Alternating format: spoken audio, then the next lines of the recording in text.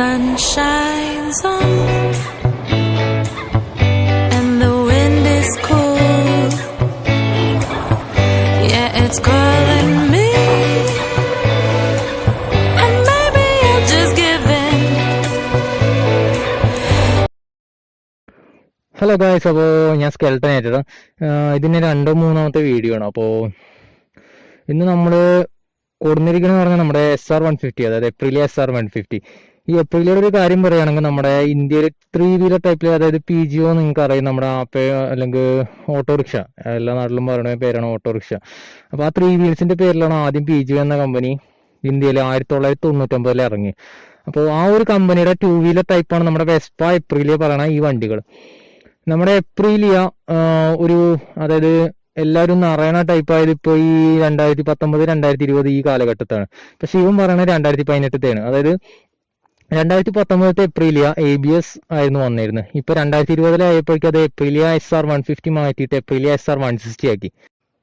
അപ്പോൾ നമ്മുടെ Aprilia SR160 ഇപ്പൊ ആക്കിയത് എന്തുകൊണ്ടാ വെച്ചാൽ, എൻ്റെ ഒരു നിഗമനം വെച്ചിട്ട് ഇപ്പോൾ എപ്രിലിയ, അതായത് ഏത് വണ്ടിയാണെങ്കിലും ഇപ്പോൾ BS6 ഇറങ്ങിയ സ്ഥിതിക്ക് ഇപ്പോൾ എല്ലാവരുടെയും പവർ കുറച്ചൊക്കെ കുറഞ്ഞു എന്നൊക്കെ കേൾക്കുന്നുണ്ട്. അതായത് ഇപ്പോൾ ഏത് ഡ്യൂക്ക് RC എന്താണെന്ന് വെച്ചാലും കുറച്ച് പവർ കുറഞ്ഞു, ഹിമാലയനൊക്കെ പവർ കുറഞ്ഞു എന്നാണ് കേട്ടിരിക്കുന്നത്. അപ്പോൾ അതുകൊണ്ടാവാൻ ചിലപ്പോൾ 150 മാറ്റി 160 ആക്കി എപ്രിലിയ എന്ന ടീം. അപ്പോൾ ഇവന്റെ ഒരു ടൈപ്പ് അനുസരിച്ച് ഇത് എൻ്റെ വണ്ടി തന്നെയാണ്. എൻ്റെ വണ്ടി ആയതുകൊണ്ട് തന്നെ എനിക്ക് കൂടുതൽ, അതായത് പ്രത്യേകിച്ച് നമ്മുടെ വണ്ടി ഇപ്പോൾ വേറെ നമ്മൾ വണ്ടി എടുത്ത് റിവ്യൂ ചെയ്യണേക്കാളും നമുക്ക് നമ്മുടെ വണ്ടി എടുത്ത് റിവ്യൂ ചെയ്യുമ്പോൾ കൂടുതൽ കാര്യങ്ങൾ അറിയാം. ഓക്കെ ഗായ്സ്, അപ്പോൾ നമ്മുടെ എപ്രിലിയ 2018 വണ്ടിയാണെങ്കിൽ നമ്മൾ ഇതിന്റെ ബോഡി, അതായത് ഫ്രണ്ട് കിറ്റ് നമ്മൾ കൊടുത്തിരിക്കണം. അതായത് ചെറിയൊരു ആക്സിഡന്റ് ആയപ്പോൾ ഫ്രണ്ട് കിറ്റ് മൊത്തം പോയി. അപ്പോൾ കൊടുത്തിരിക്കണം BS6 ഫ്രണ്ട് കിറ്റും കാര്യങ്ങളൊക്കെയാണ് വണ്ടിക്ക് കൊടുത്തിരിക്കണം. പിന്നെ എല്ലാവർക്കും ഉള്ളൊരു ഡൗട്ട് പറഞ്ഞാൽ ഇതിന്റെ മൈലേജ് ഷോട്ടിന്റെ കാര്യത്തിലാണ്. പിന്നെ എപ്രിലിയ എന്ന് പറഞ്ഞാൽ നിങ്ങൾക്കറിയാം കൂടുതൽ, അതായത് ഒരു സ്കൂട്ടി, നമ്മളിപ്പോൾ ഒരു സ്കൂട്ടി അപേക്ഷിച്ച് നല്ല മെയിൻ്റെനൻസ് കൊടുക്കേണ്ട ഒരു വണ്ടി തന്നെയാണ്. കാരണം നിങ്ങൾക്ക് കണ്ടാൽ തന്നെ അറിയാം, ഒരു സ്കൂട്ടിയും ഒരു ബൈക്കും രണ്ടും ഒരു ഇടചേർന്നൊരു വണ്ടിയാണ് എപ്രിലിയ SR150 എന്ന് പറയുന്ന ഒരു മോഡൽ. അപ്പോൾ ഇതിന്റെ ഫ്രണ്ട് ടയർ, ഞാൻ ഇപ്പോൾ ഇട്ടിരിക്കുന്ന ടയർ പറഞ്ഞാൽ റാൽക്കോ ടയറാണ്, അതായത് ഇന്ത്യൻ മെയ്ഡ് ടയറാണ് റാൽക്കോ ടയർ. ഇതിന്റെ ടയർ കുറെ പേര് ചോദിച്ചിരുന്നു, അതായത് മൈലേജ് കുറയുണ്ടോ അല്ലെങ്കിൽ വല്ല കംപ്ലൈന്റ് ഉണ്ടോ എന്നൊക്കെ ചോദിച്ചിരുന്നു. അപ്പോൾ മൈലേജിന്റെ കാര്യത്തിൽ എനിക്ക് കുറവൊന്നും തോന്നിയില്ല. അതായത് 1-2 കിലോമീറ്റർ എനിക്കൊരു 35 മൈലേജ് കിട്ടിയിരുന്നു, എനിക്കിപ്പോൾ ഒരു 32 മൈലേജ് കിട്ടുന്നുണ്ട്. പിന്നെ ടയറിന്റെ ഒരു കാര്യം പറഞ്ഞാൽ വെയിറ്റ് കുറച്ച് കൂടുതലാണ്. അതായത് ഓഫ് റോഡ്, അതായത് നിങ്ങൾക്ക് അറിയാം നമ്മുടെ ഇന്ത്യയിൽ തന്നെ എപ്രിലിയ ഡേർട്ട് റേസ് റൈഡേഴ്സും കാര്യങ്ങളൊക്കെ ഉണ്ട്. അവരൊക്കെ എന്തുകൊണ്ടും കൂളായിട്ട് യൂസ് ചെയ്യുന്ന ടയറാണ് റാൽക്കോ ടയർ. അതായത് ഇന്ത്യൻ മെയ്ഡ് ടയർ ആയതുകൊണ്ട് തന്നെ നല്ല ഈടും കാര്യങ്ങളൊക്കെ നിൽക്കുന്നുണ്ട്. നിങ്ങൾക്കറിയാം നമ്മുടെ എപ്രിലിയുടെ സാധാ ടയർ ഒരു വന്നാൽ 4000 കിലോമീറ്റർ 5000 കിലോമീറ്റർ ഇതിന്റെ ഉള്ളിൽ തന്നെ തേഞ്ഞു പോകാനും കാര്യങ്ങളൊക്കെ നല്ല ചാൻസും കൂടുതലുണ്ട്. പക്ഷെ ഈ ഒരു ടയർ ആണെങ്കിൽ നിങ്ങൾക്ക് നല്ല ഈട് നിൽക്കും. പക്ഷെ ഇതിലൂടെ ഒരു കാര്യം എടുക്കുകയാണെങ്കിൽ നമുക്ക് കൂടുതൽ കംപ്ലൈൻറ്റ്സ് വരുന്നുണ്ട്. അതായത് അത് ഒന്നാമത് നിങ്ങളൊരു അതായത് അധികം കാര്യമൊക്കെ ഒന്നും വേണ്ട, കാരണം ഒരു സ്പോർട്സ് സ്കൂട്ടി ആയതുകൊണ്ട് തന്നെയാവും കുറച്ച് കംപ്ലൈൻറ്റ്സ് വരുന്നത്. ഞാൻ ഇപ്പോൾ കേട്ടത് എന്താ വെച്ചാൽ, ഫ്രണ്ടിലത്തെ ടയർ, അതായത് മേടിച്ചിട്ട് ഒരു 2 ദിവസം കഴിഞ്ഞപ്പോൾ എൻ്റെ ഒരു ഫ്രണ്ടിന്റെ ബാക്ക് ടയർ ജാം ആയത് ഞാൻ കേട്ടിരിക്കുന്നു. അതേപോലെ തന്നെ ഫ്രണ്ടിലത്തെ ഷേർക്കിങ്, അതൊക്കെയാണ് ഇപ്പോൾ ഇത് 2018 വണ്ടിയിലാണ് ഇമാതിരി കംപ്ലൈൻസും കാര്യങ്ങളൊക്കെ വരുന്നത്. അല്ലാതെ ഇപ്പോഴത്തെ വണ്ടിയിൽ ഞാൻ കേട്ടിട്ടില്ല ഇതുവരെ. അതേപോലെ തന്നെ 2019 BS6 വണ്ടികളിലൊക്കെ ഇപ്പോൾ കൊടുത്തിരിക്കുന്നത് ഇവിടെ ഒരു ഓപ്പണിംഗ് സിസ്റ്റം ഉണ്ട്.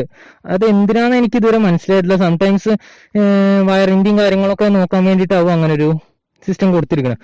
പിന്നെ ഇതിന്റെ കുറച്ചും കൂടിയും അടിപൊളിയായിട്ടുള്ള കാര്യം എന്താ വെച്ചാൽ, അതായത് നമ്മുടെ ലഗേജ് തൂക്കാനുള്ള സിസ്റ്റം ഇവിടെ കൊടുത്തിരിക്കുന്നത്. അതുകൊണ്ട് തന്നെ ഏറ്റവും എളുപ്പമാണ്, ലഗേജ് കൊടുക്കാൻ തന്നെ ഏറ്റവും എളുപ്പമാണ്.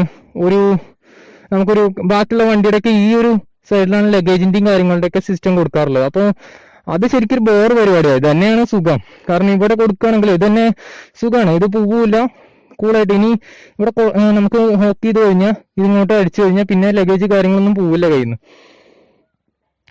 അതേപോലെ വണ്ടിയുടെ വേറൊരു വീക്ക്നെസ് എന്താ വെച്ചാൽ ഹെഡ് ലാമ്പ്. ഇപ്പോ ഞാൻ 2018 വണ്ടിയത്തെ കാര്യം പറയണേ. ഇപ്പൊ വണ്ടിയിൽ ഹെഡ് ലാമ്പ് 1 ലൈറ്റ് ആക്കിയിരുന്നു, ഇത് 2 ലൈറ്റ് ആണ്.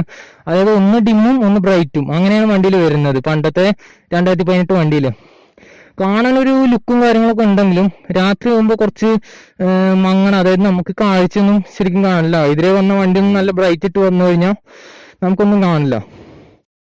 ഞാൻ പറഞ്ഞത് എന്താ വെച്ചാൽ നിങ്ങൾ ഇതൊരു വണ്ടിയുടെ കംപ്ലൈന്റ് ആയിട്ട് എടുക്കരുത്. കാരണം ജസ്റ്റ് ഒരു മെയിൻ്റെനൻസ് ആയിട്ട് എടുക്കുക. അതായത് പ്രത്യേകിച്ച് നമുക്കറിയാം നമ്മുടെ ഇപ്പൊ കേരളത്തിൽ ഇറങ്ങുന്ന അധികം വണ്ടി നമ്മുടെ സ്പോർട്സ് ബൈക്ക് ആയിട്ടാണ് വരുന്നത്. അതായത് ഇപ്പൊ R15 ആയിക്കോട്ടെ, RC200 ആയിക്കോട്ടെ, NS നേക്കഡ്, RS200 ഏതും ആയിക്കോട്ടെ, നമ്മുടെ സ്പോർട്സ് എഡിഷനിലാണ് എല്ലാ വണ്ടിയും വരുന്നത്. അതേപോലെ സ്പോർട്സ് എഡിഷനിൽ ഇന്ത്യയിൽ ആകെ വന്ന ഒരു സ്കൂട്ടി എന്ന് പറയുകയാണെങ്കിൽ നമ്മുടെ എപ്രിലിയ തന്നെയാണ് ഒരു സ്പോർട്സ് എഡിഷനിൽ വന്നത്. അതും പ്രത്യേകിച്ച് നമ്മുടെ കേരള റോഡിന് ആയതുകൊണ്ട് ഇതൊരു കംപ്ലൈന്റ് ആയിട്ട് നമുക്ക് എന്തായാലും കാണാൻ പറ്റില്ല. ഇതൊരു വണ്ടിയുടെ കംപ്ലൈന്റ് ആയിട്ട് കാണാൻ പറ്റില്ല. ഇതൊന്നും ഇതൊരു മെയിൻ്റെനൻസ് ആയിട്ട്, അത് പ്രത്യേകിച്ച് നമ്മുടെ റോഡ് വളരെ മോശമാണ്. അങ്ങനത്തെ ഒക്കെ സ്ഥിതിക്ക് ഇങ്ങനത്തെ ഒരു വണ്ടി ഇത് കൂടെ ഓടുക പറഞ്ഞാൽ തന്നെ വണ്ടീനെ ആദ്യം നമ്മളൊന്ന് തൊഴുകണം.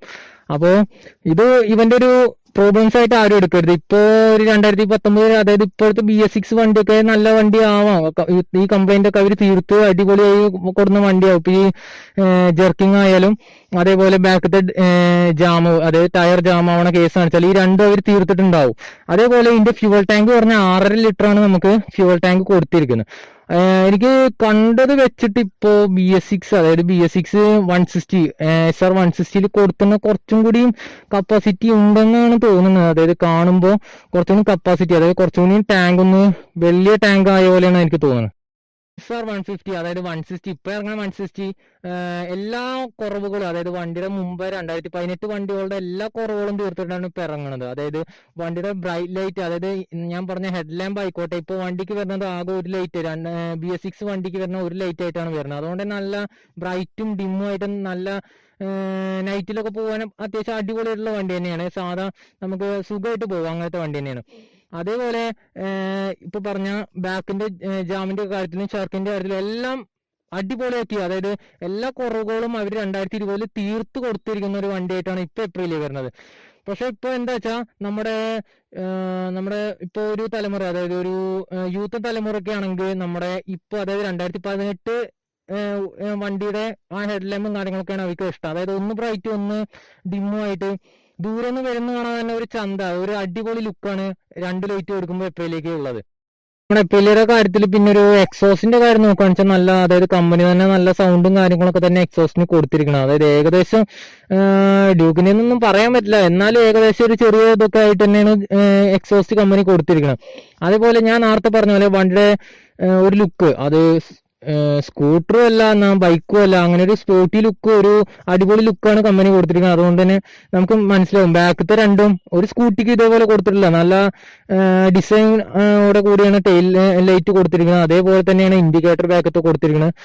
ഫ്രണ്ടിത്തെ ഇൻഡിക്കേറ്റർ ആവട്ടെ, ഫ്രണ്ടിത്തെ ഇൻഡിക്കേറ്റർ നമുക്ക് നമ്മുടെ ഹാൻഡിലിന്റെ മുമ്പിലായിട്ടാണ് ഫ്രണ്ടിത്തെ ഇൻഡിക്കേറ്റർ കൊടുത്തത്. എനിക്ക് ആകെ കുറച്ച് ബോറായിട്ട് തോന്നിയത്, അതായത് ഏത് വണ്ടിയാണെന്ന് വെച്ചാൽ എപ്രിലിയ 2018, 2019, 2020 വണ്ടിയാണെങ്കിൽ എനിക്ക് കുറച്ച് ബോർ തോന്നിയത് ആ ഒരു ഇൻഡിക്കേറ്റർ, ഫ്രണ്ടിത്തെ ഇൻഡിക്കേറ്റർ. അതുകൊണ്ട് തന്നെ നിങ്ങൾക്ക് മനസ്സിലാവും ഞാനത് കവർ ചെയ്തിരുന്നു. അതായത് ജസ്റ്റ് ഒരു ലൈനായിട്ട് ഇൻഡിക്കേറ്റർ ഇപ്പോൾ ബ്ലിങ്ക് ചെയ്യും.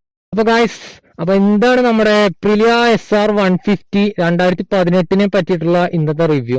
അപ്പൊ നമുക്ക് നാളെ കൂടുതൽ റിവ്യൂ, അല്ലെങ്കിൽ വേറെ ബൈക്സ്, സൂപ്പർ ബൈക്സ് ആണെങ്കിലും കൂടുതൽ റിവ്യൂവും കാര്യങ്ങളൊക്കെ ആയിട്ട് ഞാൻ വരാം. അപ്പൊ ഞാൻ നിങ്ങളെ സ്വന്തം സ്കെൽട്ടനേറ്റർ. സബ്സ്ക്രൈബ് ചെയ്യാത്തവർ സബ്സ്ക്രൈബ് ചെയ്യുക, ലൈക്ക് ചെയ്യാത്തവർ ലൈക്ക് ചെയ്യുക. ടാറ്റ.